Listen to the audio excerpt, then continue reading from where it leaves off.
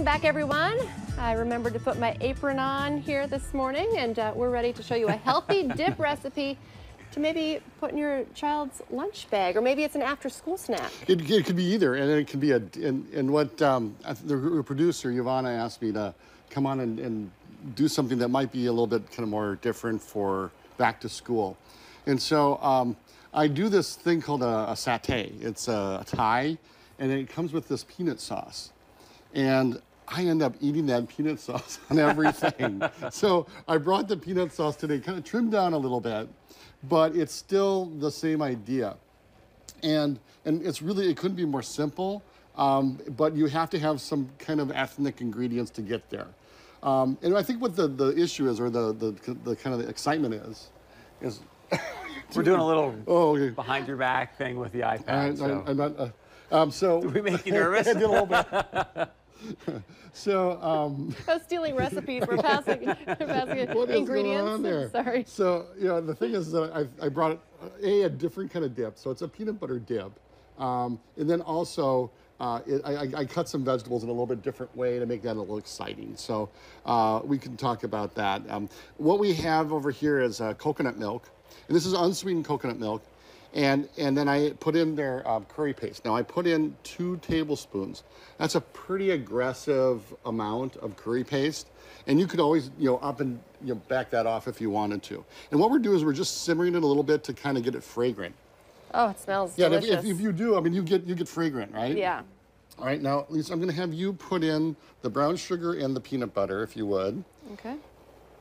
And what we want to do is, all we want to do here... All of it? Yeah, go ahead.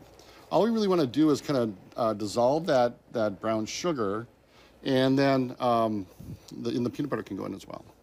All that peanut butter is going in? Yeah. Ooh, I'm going to like this. Wow. You like peanut butter, huh? I love peanut butter, too. Okay. So, really what we're doing is, it's the coconut milk and the coconut fat, and the peanut butter and the peanut, and it kind of, when it's warm, it's going to be somewhat liquidy. Now, this is what's kind of neat about this stuff. You can put this on a pork chop. Put this on grilled chicken. You could cut grilled chicken up in strips and send it along with your child that they can dip it in. Ooh, yeah. So, I mean, or they could put it in a microwave, and it's a little aggressive. We're going to turn that, we won't be so aggressive here. Thank you. Who was like, excuse I me. just about tasted this a little bit early. So, all you have to do is just heat it enough for everything to get dissolved and kind of tighten up a little bit, and then cool it down. And when you cool it down, I'd put it in like a baking pan for like a layered cake or something where it can disperse a lot, and put it in the refrigerator, and it will cool down very quickly. And then you can convert it, or put it into individual portion cups for your kid. But so what I brought here was some cucumber and some carrots and some green onion. And I don't know if kids are going to go for the green onion so much, but it's kind of funny because I made little frills on the end. But having a tool like this it's a crinkle knife. I'm sure there's some technical name for it. A lot of these come from Thailand, and what it does is it allows you to when you cut the vegetable, it allows you to make these kind of Vegetables shapes. taste better when they're in I think they do. I think they do, and I think we need to actually do that. So if you would, please try. Try the dip. Yep. So this is what it looks like in its in its cool form, and even if as it warms up, it will become a little bit more viscous, or but still remain somewhat thick. I love that. That's delicious. Yeah.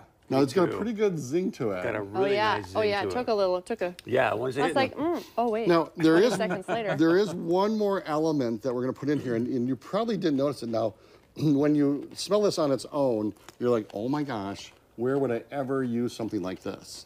This is your fish dip oil? This is the fish sauce, yes. And what we do is we put that in the very, very end, and you don't taste it, do you? No. But it adds this kind of fifth sense, this taste. I just wanted to see what it smelled like. It's serious. It's called Wasn't so umami, bad. man. And so it's a salty, it's kind of a savory, it's all these things, but it brings this whole thing together.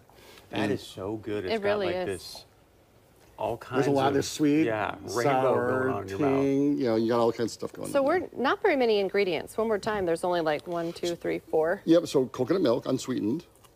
Yeah, you do not want to be using sweetened coconut milk. That's for like cocktails and stuff. But this is like just your basic, kind of unsweetened coconut milk, and they're widely available at the grocery store. Peanut butter, brown sugar, curry paste, and then fish oil, or fish oil, not fish sauce, not fish oil.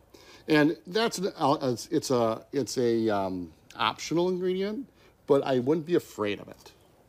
Even though it does have kind of a strong odor, don't be afraid of it.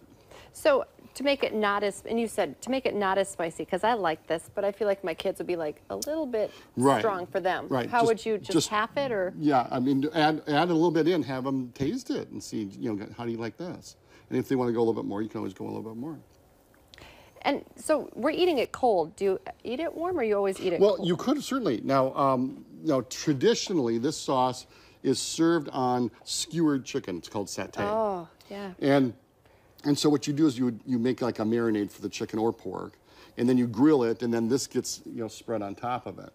So, like I said, though, I mean, you whether you're using a satay marinade or not, you could certainly just put this on some pork chops or beef or pork tenderloin that you're grilling, on chicken.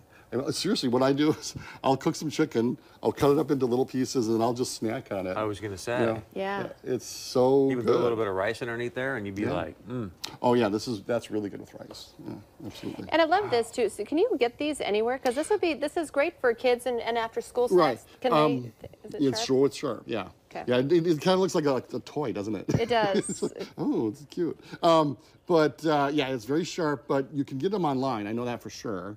If we went to maybe Cullinex or one of the Asian markets, they might have something like this. it's amazing how the spice doesn't hit you till like it hits the back of your throat, and you're like, "Ooh, that's That's a really good, when you have something that has that kind of balance, and that's very, indicative of Thai or Indonesian food. It's a really nice balance of all kinds of spice or flavors. The richness, the tang, the bite, if it can balance, that's a really good sign. So you have any classes coming up, or what's? We just started our first year of program, a 1-year program. So we have 14 new students in our 1-year program. I'm very excited about that. And then we have our returning students from our 2nd year. And then Colleen and I are creating what we call culinary certificates. Nice. So what we'll do is we have a 1 year now, and that's going to be your basics. You come in, you learn how to cut a chicken, how to make a bun, how to make a pie, a nice mealy crust. What's the difference between a flaky crust and a mealy crust, and what's how do you get a nice moist chicken, and all these kind of basic things. And then in the 2nd year, we'll offer something like maybe like a kitchen management and operational type of certificate, where you'll come in, you'll create a design, you'll create a menu. We'll actually do that. We'll run a restaurant for 2 nights. Nice. We'll do all the costing aspects of that, so you understand what it takes there. We'll do management. You'll supervise students. You'll have all that kind of experience in that program. And then we're thinking about doing like a baking and pastry certificate as well. So that's where they would learn how to make like croissant dough and Danish dough and really artisan breads and stuff like that. And then we would use a variety of people in the community to help us teach that. I thought you were going to say help you taste test that. Yeah, exactly. And we can do that. So we part. will be like selling, whole pies and whole breads and things like that. So people are more than welcome to come in. Always great to hear you. Hey, thank you. Man. Thank you very much. Thank you very much. Thanks, Lisa. All right, stay with us. Much more coming up right here on North Dakota Today.